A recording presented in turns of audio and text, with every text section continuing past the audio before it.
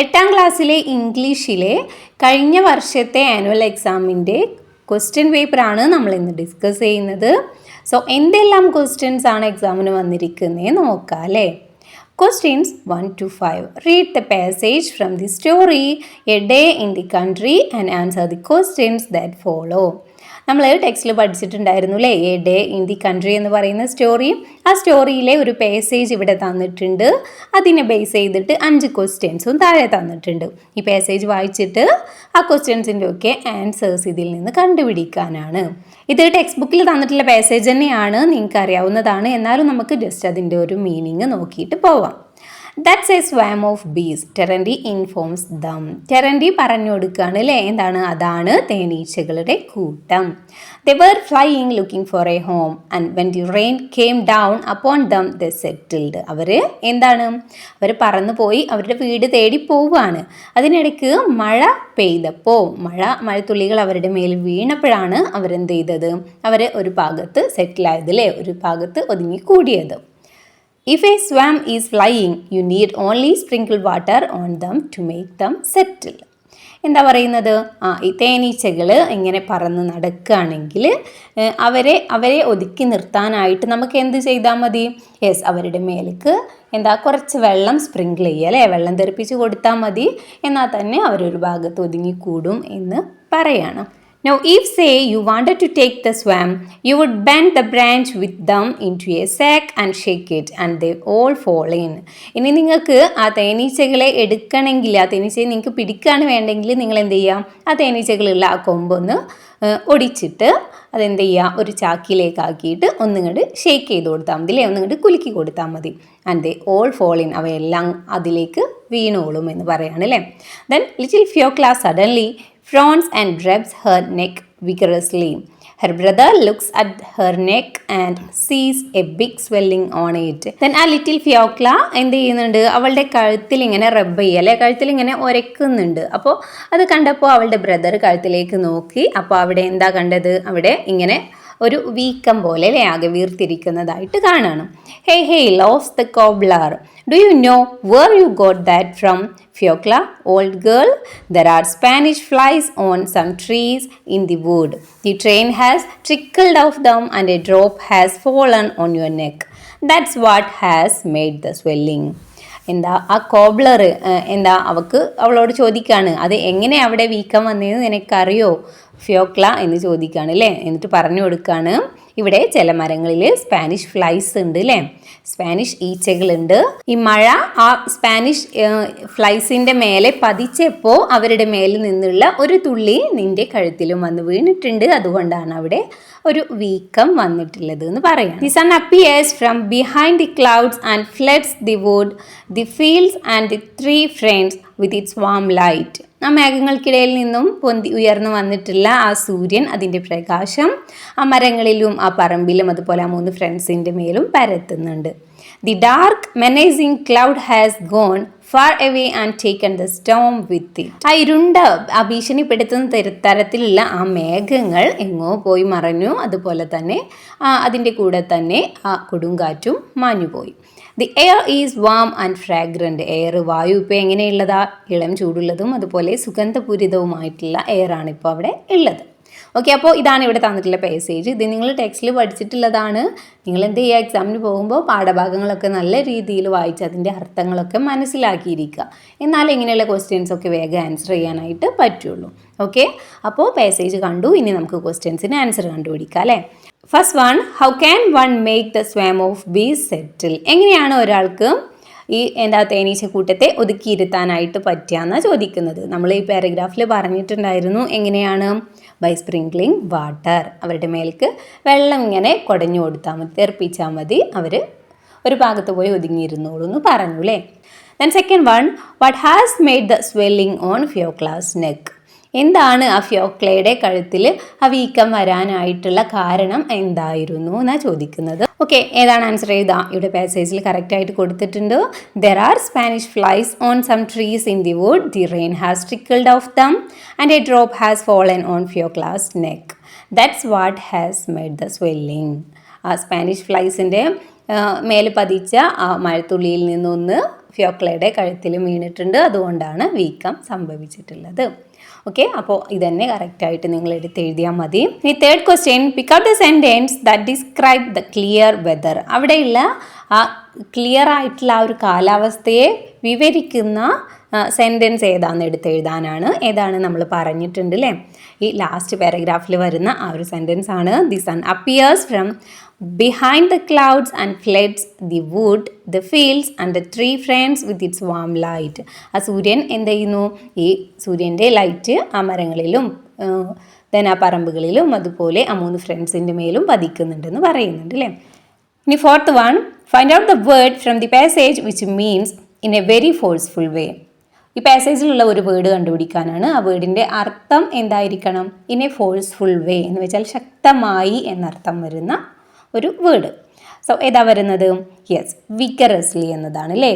And rubs her neck vigorously, അവളുടെ neck കഴുത്ത് ശക്തമായിട്ട് ഇങ്ങനെ ഉരച്ചു എന്ന് പറയുന്നുണ്ട് അല്ലേ. സോ അതാണ്. ഇനി fifth one, identify the noun fries in subject position from the sentence given below. താഴെ തന്നിരിക്കുന്ന സെൻറ്റൻസിൽ സബ്ജക്റ്റിൻ്റെ സ്ഥാനത്ത് വരുന്ന നോൺ ഫ്രൈസ് ഏതാന്ന് കണ്ടുപിടിക്കാനാണ് പറയുന്നത്. ഏതാ sentence, the dark menacing cloud has gone far away and taken the storm with it. അപ്പോൾ ഈ ഒരു സെൻറ്റൻസിൽ വരുന്ന നൗൺ ഫ്രേസാണ് കണ്ടുപിടിക്കേണ്ടത്. അപ്പോൾ എങ്ങനെ കണ്ടുപിടിക്കാം, ഇവിടെ പറഞ്ഞിട്ടുണ്ട് സബ്ജക്റ്റിൻ്റെ സ്ഥാനത്ത് വരുന്ന നൗൺ ഫ്രേസ് എന്നാ. ഒരു സെൻറ്റൻസിൽ നമ്മൾ സബ്ജക്റ്റ് കൊടുക്കുന്നത് എവിടെയാണ്, ഫസ്റ്റ് ആണ് അല്ലേ. സെൻറ്റൻസ് തുടങ്ങുന്നത് സബ്ജക്റ്റ് വെച്ചായിരിക്കും. സോ ഇവിടെ സബ്ജക്റ്റിൻ്റെ സ്ഥാനത്ത് വരുന്ന നൗൺ ഫ്രേസ് എന്ന് പറയുമ്പോൾ ഏതാ, ആ ഫസ്റ്റ് കൊടുത്തിട്ടുള്ളത് എന്താ, അതാണ് എഴുതേണ്ടത്. അപ്പോൾ എന്താ വരുന്നത്, നോൺ ഫ്രേസ് വരുന്നത് ദി ഡാർക്ക് മെനേസിങ് ക്ലൗഡ് എന്നതാണ്. ഓക്കെ, ഇനി question 6 to 9, read the following lines from the poem solitude and answer the following that follow. ഇവിടെ മുകളിൽ തന്ന പോലെയുള്ള ആക്ടിവിറ്റി തന്നെയാണ്. ഇവിടെ ഒരു പോയമാണ് തന്നിട്ടുള്ളത് അല്ലേ, ടെക്സ്റ്റ് ബുക്കിലുള്ള സോളിറ്റ്യൂഡ് എന്ന പോയതിലെ കുറച്ച് ലൈൻസാണ് തന്നിട്ടുള്ളത്. ഇനി അത് നോക്കിയിട്ട് താഴെയുള്ള ക്വസ്റ്റ്യൻസിന് ആൻസർ ചെയ്യാനാണ് പറയുന്നത് അല്ലേ. സോ നമുക്ക് പോയം നോക്കാം. Rejoice and men will seek you. എന്താ പറയുന്നത്, നിങ്ങൾ ജീവിതം ആസ്വദിക്കുക, അങ്ങനെയാണെങ്കിൽ ആളുകൾ നിങ്ങളെ തേടി വരും. Grave and they turn and go. ഇനി ദുഃഖമാണെങ്കിൽ നിങ്ങൾ ദുഃഖിച്ചാലോ, നിങ്ങളെ ഈ വന്നവരൊക്കെ എന്ത് ചെയ്യും, തിരിഞ്ഞു പോവുകയും ചെയ്യും. They want full measure of all your pleasure. നിങ്ങളുടെ സന്തോഷത്തിൻ്റെ എല്ലാ ഭാഗവും അവർക്ക് ആവശ്യമുണ്ട് അല്ലേ. But they do not need your woe. പക്ഷേ അവർക്ക് നിങ്ങളുടെ കഷ്ടതകൾ, നിങ്ങളുടെ സങ്കടങ്ങളൊന്നും അവർക്ക് ആവശ്യമില്ല. Be glad and your friends are many. നിങ്ങൾ ഹാപ്പി ആയിട്ടിരിക്കുകയാണെങ്കിൽ, സന്തോഷവാനായിട്ടിരിക്കുകയാണെങ്കിൽ നിങ്ങൾക്ക് ഒരുപാട് ഫ്രണ്ട്സ് ഉണ്ടാവും. Be sad and you lose them all. പക്ഷെ നിങ്ങൾ സങ്കടമായിട്ടിരിക്കുകയാണെങ്കിലോ നിങ്ങൾക്ക് അവരെ എല്ലാവരെയും നഷ്ടപ്പെടുകയും ചെയ്യും. There are none to decline your നെക്റ്റേഡ് wine. നിങ്ങളുടെ ജീവിതത്തിൻ്റെ ആ സന്തോഷത്തിൻ്റെ ലഹരി ആസ്വദിക്കാനായിട്ട് എല്ലാവരും നിങ്ങളുടെ കൂടെ ഉണ്ടാവും അല്ലേ, അതാരും നിങ്ങളോട് നിരസിക്കൊന്നുമില്ല. But alone you must drink your life scale. പക്ഷേ നിങ്ങളുടെ ജീവിതത്തിൻ്റെ ആ കയ്പ് നീര് അത് കുടിക്കാൻ നിങ്ങൾ മാത്രമേ ഉണ്ടാവുള്ളൂ അല്ലേ. ആ കയ്പ് നീര് അനുഭവിക്കാൻ, സങ്കടങ്ങൾ അനുഭവിക്കാൻ നിങ്ങൾ മാത്രമേ ഉണ്ടാവുള്ളൂ, അതിന് നിങ്ങളുടെ കൂടെ ആരും ഉണ്ടാവില്ല എന്ന് പറയുന്നു. ഇനി ക്വസ്റ്റ്യൻസ് നോക്കാം. What do people want from us. എന്താണ് ജനങ്ങൾ നമ്മളിൽ നിന്ന് ആഗ്രഹിക്കുന്നത്. അപ്പോൾ എന്തെഴുതാം, ഇവിടെ ഇതേ സെയിം ലൈൻ തന്നെ തന്നിട്ടുണ്ട് അല്ലേ. They want full measure of all your pleasure. നമ്മുടെ ആനന്ദത്തിൻ്റെ, സന്തോഷം മുഴുവനും അവർ ആഗ്രഹിക്കുന്നുണ്ട് അല്ലേ. Then 7th question, people move away from us when dash. ആളുകൾ നമ്മളിൽ നിന്ന് അകന്നു പോകും. എപ്പോഴാണ് നമ്മളിൽ നിന്ന് അകന്നു പോകുന്നത് എന്നാണ്. എപ്പോഴാണ്, വെൻ യു ആർ സാഡ്. നിങ്ങൾ സങ്കടത്തിലാണെങ്കിൽ അല്ലേ, നിങ്ങൾ വിഷമിച്ചിരിക്കുകയാണെങ്കിൽ ആളുകൾ നിങ്ങളുടെ അടുത്ത് വരില്ല എന്ന് നമ്മൾ പറഞ്ഞല്ലോ അല്ലേ. Then 8th question, identify an example of gustatory image from the lines given. ഈ തന്നിരിക്കുന്ന ലൈൻസിൽ നിന്നൊരു ഗസ്റ്റേറ്ററി ഇമേജിനുള്ള എക്സാമ്പിൾ കണ്ടുപിടിക്കാനാണ് പറയുന്നത് അല്ലേ. നമ്മൾ ഒരുപാട് ഇമേജസ് പഠിച്ചിട്ടുണ്ട്, visual image, then auditory image, അങ്ങനെ ഒരുപാട് ഇമേജസ് പഠിച്ചിട്ടുണ്ട് അല്ലേ. സോ എന്താ ഗസ്റ്റേറ്ററി ഇമേജ് എന്ന് വെച്ചാൽ ടേസ്റ്റുമായിട്ട് റിലേറ്റ് ചെയ്ത് വരുന്നതാണ്. സോ ഇവിടെ വരുന്നത് ഏതാ, നെക്റ്റേഡ് വൈൻ എന്ന് പറയുന്നതാണ് ഇവിടെ വരുന്ന ഗസ്റ്റേറ്ററി ഇമേജ് അല്ലേ. ആ എന്താ കയ്പ് നീര് എന്നൊക്കെ പറയുന്നില്ലേ അത്. Then 9th one, what is the rhyme scheme of the poem. ഇനി ഈ പോയത്തിൻ്റെ റൈം സ്കീം എന്താണെന്നാണ് ചോദിക്കുന്നത്. സോ നമ്മൾ എങ്ങനെയാണ് റൈം സ്കീം കൊടുക്കുക, നിങ്ങൾക്കറിയാലോ. ഒരേ സൗണ്ടിൽ അവസാനിക്കുന്നതിന് നമ്മൾ ലെറ്റേഴ്സ് ഇട്ട് കൊടുക്കുക. അപ്പോൾ ഫസ്റ്റ് ലൈനിൽ യു എന്നാണ് വരുന്നത് അല്ലേ, അപ്പോൾ അതിന് എ ഇട്ട് കൊടുക്കാം. ദെൻ ഗോ വരുമ്പോൾ എന്ത് കൊടുക്കാം, അത് വേറെ സൗണ്ടാണ്, അപ്പോൾ ബി കൊടുക്കാം. ദെൻ നെക്സ്റ്റ് വരുന്നത് പ്ലഷർ ആണ്. അപ്പോൾ അതിന് വേറെ ലെറ്റർ കൊടുക്കാം, സി കൊടുക്കാം. ദെൻ നെക്സ്റ്റ് വരുന്നത് വോ ആണ് അല്ലേ. അപ്പോൾ ഗോൻ്റെ സെയിം സൗണ്ടാണ് വോ വരുന്നത്. അപ്പോൾ എന്ത് ചെയ്യുക, അവിടെയും ബി കൊടുക്കുക. അപ്പോൾ എന്താ കിട്ടുന്നത്, A B C B. Okay. Next question 10 to 14. Read the passage and answer the questions that follow. ഇതും പാസേജ് വായിച്ച് നോക്കി അതിന് താഴെയുള്ള ക്വസ്റ്റ്യൻസിന് ആൻസർ കണ്ടുപിടിക്കാനുള്ള ആക്ടിവിറ്റി തന്നെയാണ്. നോക്കാം അല്ലേ, എന്താണ് പാസേജ് തന്നിട്ടുള്ളത്. ഇത് ടെക്സ്റ്റിലുള്ളതൊന്നുമല്ല, പുറത്തുനിന്ന് വന്നിട്ടുള്ള ഒരു പാസേജ് ആണ്. Penguins are birds but unlike most birds the cannot fly. Penguins എന്ന് പറയുന്നത് എന്താ, ബേർഡ്സ് ആണ്. പക്ഷേ മറ്റുള്ള പക്ഷികളെ പോലെയല്ല, ഇവർക്ക് പറക്കാൻ കഴിയില്ല. They are one of about 14 species of flightless birds. Flightless birds അല്ലേ, പറക്കാത്ത പക്ഷികളുടെ കൂട്ടത്തിൽ പെടുന്ന ഒരു വർഗ്ഗമാണ് ഇവരും. Most penguins live in the southern hemisphere. No penguins live in the north pole. ഇവർ എവിടെയാണ് ജീവിക്കുന്നത്, സൗത്തേൺ ഹെമിസ്ഫിയറിലാണ് പെൻഗ്വിൻസ് ഒക്കെ ജീവിക്കുന്നത്. അവർ നോർത്ത് പോളിൽ പെൻഗ്വിൻസ് ഒന്നും ജീവിക്കുന്നില്ല എന്നാണ് പറയുന്നത്. They are very social and live in colonies. അവർ ഭയങ്കര സോഷ്യലാണ് അല്ലേ, സമൂഹമായിട്ട് ജീവിക്കുന്നവരാണ്, കോളനീസ് ആയിട്ടാണ് ജീവിക്കുന്നത്. They are great swimmers who use their wings like paddles to swim through the water. വെള്ളത്തിലൂടെ നീന്താനായിട്ട് അവരുടെ ചിറകുകൾ തുഴ പോലെ അവർ ഉപയോഗിക്കുന്നുണ്ട്. അതുകൊണ്ട് തന്നെ ഇവർ നല്ല നീന്തൽക്കാരാണ്. They can stay underwater for 10 to 15 minutes before coming to the surface to breathe. അവർക്ക് അണ്ടർ വാട്ടറിൽ, വെള്ളത്തിനടിയിൽ 10-15 മിനിറ്റ് ഒക്കെ ശ്വസിക്കാതെ നിൽക്കാനായിട്ട് കഴിയും. They cannot breathe underwater. Under വാട്ടറിൽ അവർക്ക് ശ്വസിക്കാനായിട്ട്, ബ്രീത്ത് ചെയ്യാനായിട്ട് പറ്റില്ല. Their feet are small so that they don't lose too much heat as they stand on the ice. അവരുടെ ഫീറ്റ്, കാൽപാദങ്ങൾ ചെറുതായതുകൊണ്ട് തന്നെ ഐസിന് മുകളിൽ നിന്നാലും അവരുടെ ശരീരത്തിലുള്ള ചൂട് അങ്ങനെ നഷ്ടപ്പെടാനൊന്നും പോകുന്നില്ല. They help each other stay warm by gathering together and shuffling around. ഓരോരുത്തരെയും വാം ആയിട്ടിരിക്കാൻ, ഊഷ്മളമായിട്ടിരിക്കാൻ വേണ്ടിയിട്ട് അവരെന്ത് ചെയ്യുന്നു, ഒത്ത് കൂടുകയും അതുപോലെ ചുറ്റിക്കറങ്ങുകയൊക്കെ ചെയ്യുന്നുണ്ട്. Their main diet is fish and grill. അവരുടെ മെയിൻ ഡയറ്റ് ഫുഡ് എന്ന് പറയുന്നത് ഫിഷ്, അതുപോലെ ഗ്രില്ല് എന്ന് വെച്ചാൽ ചെമ്മീൻ പോലെയുള്ള ഒരു ഫിഷ് തന്നെയാണ്. Then the swallow pebbles as well as their food. അതുപോലെ തന്നെ ചെറിയ കല്ലുകളൊക്കെ വിഴുങ്ങും അവർ അല്ലേ. Then it is believed that the stones may help grind up and digest their food. അവർ വിശ്വസിക്കുന്നത് അവരുടെ ഭക്ഷണം പൊടിക്കാൻ, അവർ കഴിക്കുന്ന ഫുഡ് പൊടിക്കാനും അതുപോലെ ദഹിക്കാനും ഒക്കെ ഈ കല്ലുകൾ ഹെൽപ്പ് ചെയ്യുന്നുണ്ട് എന്നാണ് അവർ വിശ്വസിക്കുന്നത്. They can drink sea water because they have a special gland that filters salt from the bloodstream. അവർക്ക് ബ്ലഡിൽ നിന്ന് ഈ ഉപ്പ് ഫിൽട്ടർ ചെയ്യുന്ന ഒരു ഗ്രന്ഥി ഉള്ളതുകൊണ്ട് തന്നെ അവർക്ക് ഈ കടൽ വെള്ളം കുടിക്കാനായിട്ട് കഴിയും. Their colors help them to be camouflaged while swimming. അവർ നീന്തുന്ന സമയത്ത് അവരുടെ ആ കളർ ഉണ്ടല്ലോ, അത് അവരെ മറയ്ക്കാനായിട്ട് ഹെൽപ്പ് ചെയ്യുന്നുണ്ടെന്നാ പറയുന്നത്. From above their black back blends into the dark ocean and from below their white bellies match the bright surface. മുകളിൽ നിന്ന് അവരുടെ ആ ബ്ലാക്ക് നിറത്തിലുള്ള അവരുടെ പുറം ഈ ഡാർക്ക് ആയിട്ടുള്ള ഓഷ്യനുമായിട്ട്, സമുദ്രവുമായിട്ട് ഇങ്ങനെ ബ്ലെൻഡ് ആയി പോകുന്നുണ്ട്. അതുപോലെ താഴെ അവരുടെ ആ വൈറ്റ് നിറത്തിലുള്ള അവരുടെ വയറ് താഴെയുള്ള ബ്രൈറ്റ് സർഫേസുമായിട്ട്, അമൃദുലമായിട്ടുള്ള പ്രതലവുമായിട്ട് പൊരുത്തപ്പെട്ടു പോകുന്നുണ്ട് അല്ലേ. This helps them avoid predators. ഇത് അവരെ വേട്ടക്കാരെ ഒഴിവാക്കുന്നതിൽ നിന്ന് സഹായിക്കുന്നു. എന്ന് വെച്ചാൽ അവരുടെ ആ ഒരു കളറ് ആയതുകൊണ്ട് തന്നെ അവർ നീന്തുന്ന സമയത്ത് വേട്ടക്കാർക്ക് അവരെ അത്ര പെട്ടെന്ന് മനസ്സിലാക്കാനായിട്ട് കഴിയില്ല എന്നാണ് പറയുന്നത്. Once a year penguins molt, most birds will lose a few feathers at a time throughout the year, but penguins lose all their feathers at once.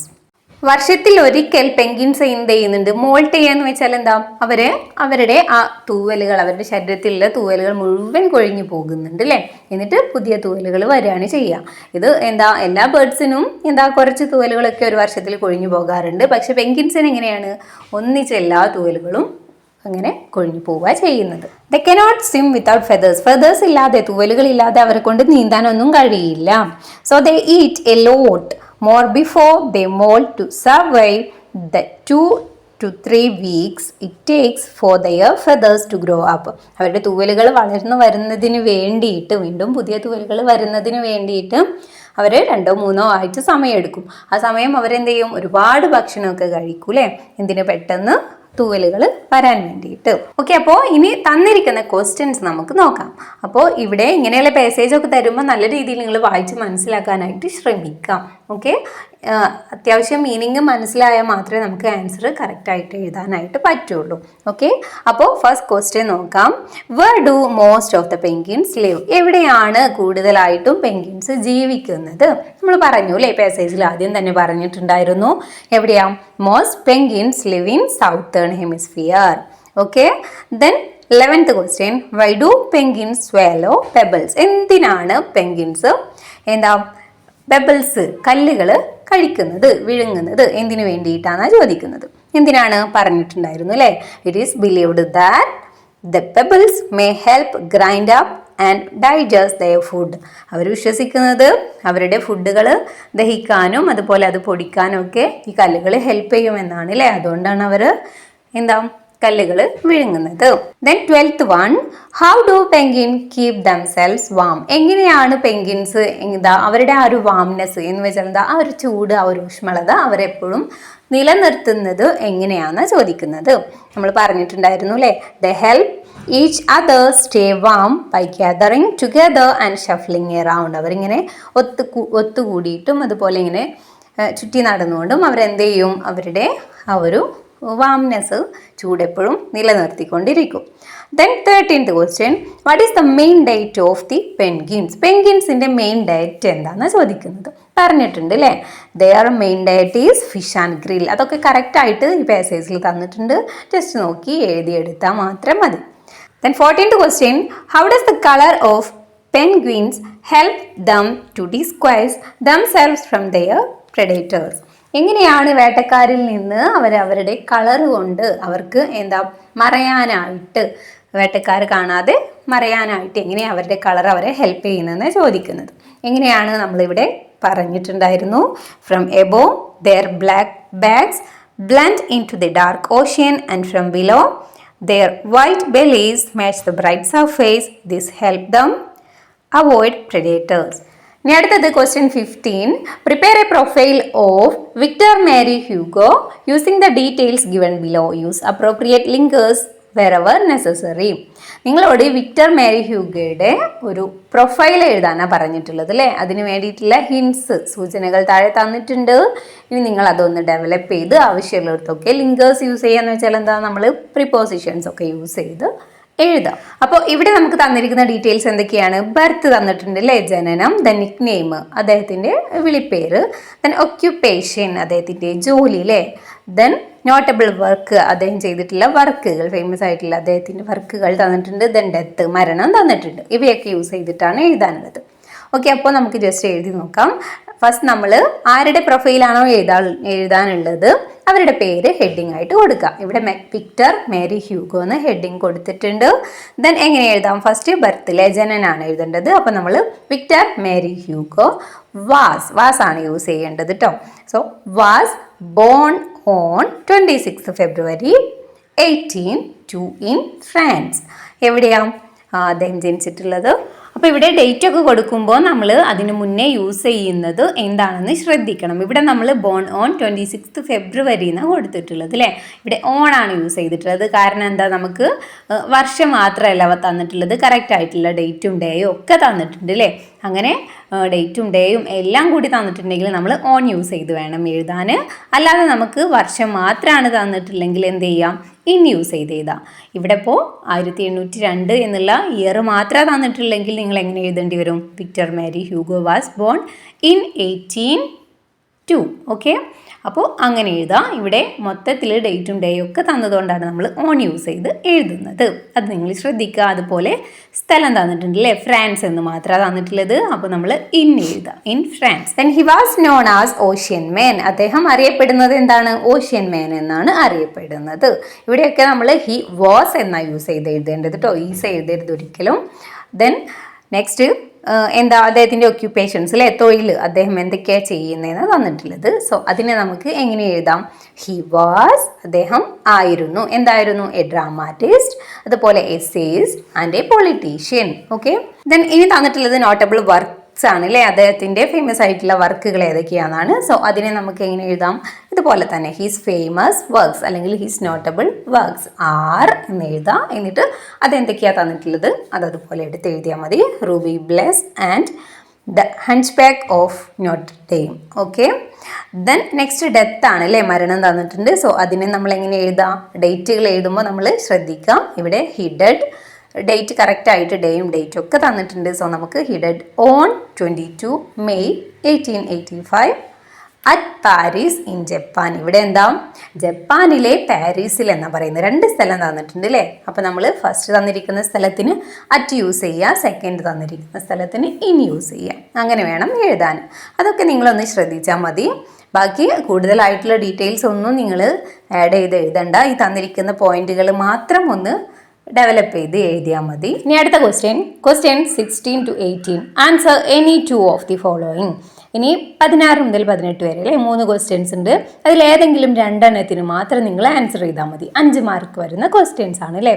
എന്തൊക്കെയാണ് വരുന്നത് നോക്കാം. First one 16. The writer EV Lucas was thoroughly impressed by the educational system run by Miss Beam in her school. He decided to write a letter of appreciation to Miss Beam after visiting her school. Prepare the likely letter. Miss ബീമിൻ്റെ സ്കൂളിലെ ആ educational system കണ്ട് എന്താ E V Lucas ആകെ impressed ആയിട്ടുണ്ടായിരുന്നു അല്ലെ, അദ്ദേഹത്തിന് ഒരുപാട് ഇഷ്ടപ്പെട്ടിട്ടുണ്ടായിരുന്നു. ദെൻ അദ്ദേഹം എന്ത് ചെയ്തു?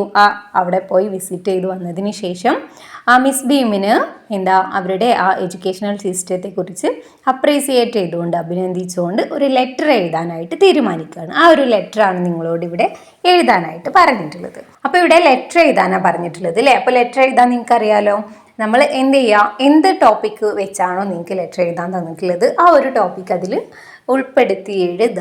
എക്സാമിന് വരുമ്പോൾ ഈ ഒരു ക്വസ്റ്റ്യന് വരില്ല, വേറെ എന്തെങ്കിലും ക്വസ്റ്റ്യൻസ് ആയിരിക്കും വരിക. അപ്പോൾ നിങ്ങൾ ലെറ്റർ എഴുതുമ്പോൾ ഈ ഒരു ഫോർമാറ്റ് ശ്രദ്ധിക്കുക. ഫസ്റ്റ് നമ്മൾ എന്തൊക്കെയാണ് ലെറ്ററിൽ ഉൾപ്പെടുത്തേണ്ടത്?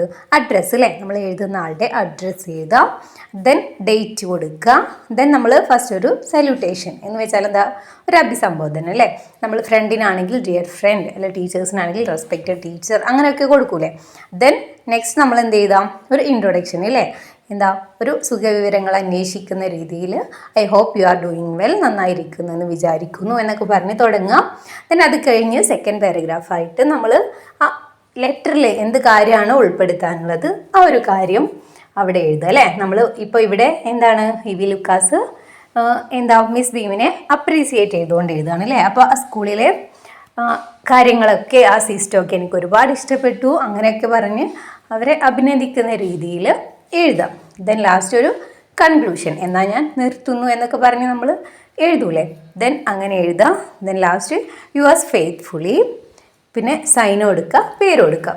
ഓക്കെ, അപ്പോൾ ഈ ഒരു ഫോർമാറ്റ് നിങ്ങൾ ലെറ്റർ എഴുതുമ്പോൾ എപ്പോഴും കീപ്പ് ചെയ്യണം. എന്നാൽ തന്നെ നിങ്ങൾക്ക് എന്താ സ്കോർ ചെയ്യാനായിട്ട് പറ്റും. അതുപോലെ എന്താണോ നിങ്ങൾക്ക് തന്നിരിക്കുന്ന ടോപ്പിക് എന്താണോ ആ ടോപ്പിക്കും കൂടി അതിൽ ഉൾപ്പെടുത്താനായിട്ട് ശ്രദ്ധിക്കാം. Next 17. Shylock lent Antonio 3000 ducats. Antonio failed to pay the debt. Portia rescued Antonio from the punishment. Prepare a paragraph on how to Portia rescued Antonio from the cruelty of Shylock. ഷൈലോക്കിൻ്റെ ആ ക്രൂരതയിൽ നിന്ന് എന്താ ആ പണിഷ്മെൻറ്റിൽ നിന്ന് എന്താ Portia ആൻ്റോണിയെ രക്ഷിച്ചിട്ടുണ്ടായിരുന്നു അല്ലേ. ആ ഒരു സംഭവം നിങ്ങളോട് ഒരു പാരഗ്രാഫ് ആക്കി എഴുതാനാണ് അടുത്ത ക്വസ്റ്റ്യൻ പറഞ്ഞിട്ടുള്ളത്. ഓക്കെ, ദെൻ നെക്സ്റ്റ് വരുന്നത് എന്താ 18. Schools are centers of learning. We acquire knowledge and share our experiences there. School for sympathy gives us a different angle of the educational system. Suppose you get a chance to visit Miss Beam's school. Prepare 5 questions to ask her. ഇവിടെ എന്താ നിങ്ങൾക്ക് ആ miss ബീമിൻ്റെ സ്കൂളിൽ എന്താ ഒരു different ആയിട്ടുള്ള ഒരു educational സിസ്റ്റമാണ് നടക്കുന്നത് അല്ലേ. സോ നിങ്ങൾക്ക് മിസ് ബീമിനെ ഇൻ്റർവ്യൂ ചെയ്യാൻ, മിസ് ബീമിനെ കാണാൻ ഒരു അവസരം ലഭിക്കുകയാണെങ്കിൽ അവരോട് ചോദിക്കാനുള്ള ഒരു 5 ക്വസ്റ്റ്യൻസ് നിങ്ങളോട് തയ്യാറാക്കാനാണ് പറയുന്നത്. ഓക്കെ, അപ്പോൾ ഇതാണ് 3 ക്വസ്റ്റ്യൻസ്. ഫസ്റ്റ് 1 ലെറ്റർ എഴുതാനാണ്, സെക്കൻഡ് 1 പാരഗ്രാഫ് എഴുതാനാണ്, തേർഡ് 1 5 ക്വസ്റ്റ്യൻസ് ഉണ്ടാക്കാനാണ് അല്ലേ. ഇതിലേതെങ്കിലും 2 എണ്ണം മാത്രമേ നിങ്ങൾ ആൻസർ ചെയ്താൽ മതി. അടുത്ത question 19-23. The following diagram shows the sources of air pollution in A city. Study the diagram and answer the questions that follow. താഴെ ഒരു ഡയഗ്രാം തന്നിട്ടുണ്ട് അല്ലേ. എന്താണ്? സിറ്റിയിലെ എയർ പൊല്യൂഷൻ്റെ ഉറവിടങ്ങൾ അല്ലേ, വായുമലിനീകരണത്തിൻ്റെ ഉറവിടങ്ങളെ കാണിക്കുന്ന ഒരു ഡയഗ്രാമാണ് തന്നിട്ടുള്ളത്. അത് നോക്കിയിട്ട് അതിന് താഴെ തന്നിരിക്കുന്ന ക്വസ്റ്റ്യൻസിന് ആൻസർ കണ്ടുപിടിക്കാനാണ്. ഈസിയാണ് അല്ലേ. ഫസ്റ്റ് നമ്മൾ ഈ ഡയഗ്രാം നന്നായി നോക്കുക, വായിച്ചു നോക്കി മനസ്സിലാക്കുക. എന്തൊക്കെയാണ്? വെഹിക്കിൾസ് 45% ആണ്, factories 40%, railway engine 3%, cooking and domestic activities 7%, brick fields 3%, power house 2%. ഇതൊക്കെയാണ് സോഴ്സസ് വരുന്നത്. ഇനി ക്വസ്റ്റ്യൻസ് നോക്കാം. Which pollutant is the largest contributor to air pollution in the city. സിറ്റിയിലെ എയർ പൊല്യൂഷൻ്റെ ഏറ്റവും ലാർജസ്റ്റ് ആയിട്ടുള്ള, ഏറ്റവും വലിയ രീതിയിൽ മലിനമാക്കുന്ന മലിനീകരണം ഏതാണ്? അതിൻ്റെ സോഴ്സ് ഏതാണെന്നാണ് ചോദിക്കുന്നത്. ഏതാ വരുന്നത്? യെസ്, വെഹിക്കിൾസ് ആണ് അല്ലേ. വെഹിക്കിൾസ് ആണ് 45% വരുന്നത്. അപ്പോൾ അതാണ് ഏറ്റവും ലാർജസ്റ്റ് കോൺട്രിബ്യൂട്ടർ ആയിട്ട് വരുന്നത്. Next, which 2 pollutants together contribute to more than 80% of the air pollution in the city. സിറ്റിയിലെ എയർ പൊല്യൂഷൻ്റെ 80% മുകളിലാക്കുന്ന 2 പൊല്യൂറ്റൻ്റ് ഉണ്ട് അല്ലേ. ഏതാണ്? 2 മലിനീകരണങ്ങൾ 80, അത് രണ്ടും കൂട്ടിയാൽ 80% മുകളിൽ വരുന്നുണ്ട്. അതേതാണ്? ഈസിയാണ്, നമുക്ക് തന്നെ കണ്ടാൽ മനസ്സിലാകൂ അല്ലേ. ഏതൊക്കെയാണ്? ഫാക്ടറീസും വെഹിക്കിൾസും ആണ് അല്ലേ. Then 21, the least polluting source is. ഏറ്റവും ലീസ്റ്റ് ആയിട്ടുള്ള പൊല്യൂഷനിൽ ഏറ്റവും കുറവ് മലിനീകരണം വരുത്തുന്ന സോഴ്സ് ഏതാണെന്ന് ചോദിക്കുന്നത്. ഏതാ വരുന്നത്? യെസ്, പവർ ഹൗസ് ആണ് അല്ലേ. അതാകെ 2% മാത്രമേ വരുന്നുള്ളൂ. Then next question, name 2 sources which equally pollute the city. സിറ്റിയെ ഈക്വലായിട്ട്, തുല്യമായിട്ട് മലിനമാക്കുന്ന 2 സോഴ്സുകളുണ്ട്. അതേതൊക്കെയാണ്? യെസ്, സെയിം അളവ് വരുന്നത് നോക്കിയാൽ മതി. ഇതിലേതാ വരുന്നത്? റെയിൽവേ എൻജിനും അതുപോലെ ബ്രിക്ക് ഫീൽഡ്സും. അത് രണ്ടും 3% വരുന്നത് അല്ലേ. സെയിം ആണ്. Next, what is the percentage of pollution by factories. Factories വഴി ഉണ്ടാകുന്ന മലിനീകരണത്തിൻ്റെ പെർസെൻറ്റേജ് എത്രയാണെന്നാണ് ചോദിക്കുന്നത്. സിമ്പിളാണ്. എത്രയാ? ഫാക്ടറീസ് 40% അല്ലേ, 40%. ഇനി നെക്സ്റ്റ് വരുന്നത് 24, എഡിറ്റ് ദ ഫോളോയിങ് ആണ്. എഡിറ്റ് ചെയ്യാനുള്ള ഒരു ആക്ടിവിറ്റിയാണ്. 4 sailors of the Colombian navy are drowned in the Caribbean sea. എന്താണ്? കൊളംബിയൻ നേവിയിലെ 4 സെയിലേഴ്സ് കരീബിയൻ സീയിൽ മുങ്ങി മരിച്ചു. ഇവിടെ ആറ് യൂസ് ചെയ്തിട്ടുള്ളത് തെറ്റാണ് അല്ലേ. അവിടെ ആറല്ല യൂസ് ചെയ്യുക. ഇതെന്താണ്? ഒരു പാസ്റ്റ് ആയിട്ടുള്ള ഒരു സെൻറ്റൻസ് ആണ് അല്ലേ. ഡ്രോൺഡ് എന്ന് പറയുമ്പോൾ അത് കണ്ടാൽ നമുക്ക് മനസ്സിലാവും ഇതെന്താ? ഒരു പാസ്റ്റ് ആണ്, കഴിഞ്ഞ് പോയിട്ടുള്ളതാണ്. നമ്മൾ ആറ് യൂസ് ചെയ്യാം? പ്രസൻറ്റിലാണ് അല്ലേ. സോ ഇവിടെ ഏതാ യൂസ് ചെയ്യുക? വേർ വേണം യൂസ് ചെയ്യാനായിട്ട്. Okay. While the ship wrecked by a devastating storm. ഇവിടെ വൈലും ബൈയും മിസ്റ്റേക്കാണ്. വൈലല്ല, വെൻ വേണം യൂസ് ചെയ്യാനായിട്ട്. When their ship wrecked with a devastating storm. ഒരു വിനാശകരമായ ഒരു കൊടുങ്കാറ്റിൽ അവരുടെ കപ്പൽ നശിച്ചതോടെ അവരുടെ കൊളംബിയൻ നേവിയിലെ 4 സെയിലേഴ്സ് കരീബിയൻ സീയിൽ മുങ്ങി മരിച്ചു എന്നാണ് പറയുന്നത്. ഈ ലാസ്റ്റ് ക്വസ്റ്റ്യൻ ആണ്. Fill in the blanks with the correct word from the bracket. ബ്രാക്കറ്റിൽ നിന്നുള്ള കറക്റ്റ് വേർഡ്സ് യൂസ് ചെയ്ത് താഴെയുള്ളത് ഫിൽ ചെയ്യാനാണ് പറയുന്നത്. The boy learned quickly what dash old priest taught him. ആ ഓൾഡ് പ്രീസ്റ്റ് പഠിപ്പിച്ചു കൊടുക്കുന്നതൊക്കെ ആ കുട്ടി വേഗത്തിൽ തന്നെ ആ ബോയ് പഠിച്ചെടുത്തിരുന്നു. ദെൻ ഇവിടെ ഏതാ ഫിൽ ചെയ്യേണ്ടത്? വാട്ട് ദി ഓൾഡ്, ദ ആണ് അവിടെ വരേണ്ടത്. Then and was very obedient in most things. എല്ലാ കാര്യങ്ങളിലും അവൻ എന്തായിരുന്നു? ഭയങ്കര ഒബഡിയൻ്റ് ആയിരുന്നു, നല്ല അനുസരണശീലമുള്ള ഒരു കുട്ടിയായിരുന്നു. But he has one fault. പക്ഷെ അവനൊരു ഫോൾട്ട് ഉണ്ടായിരുന്നു.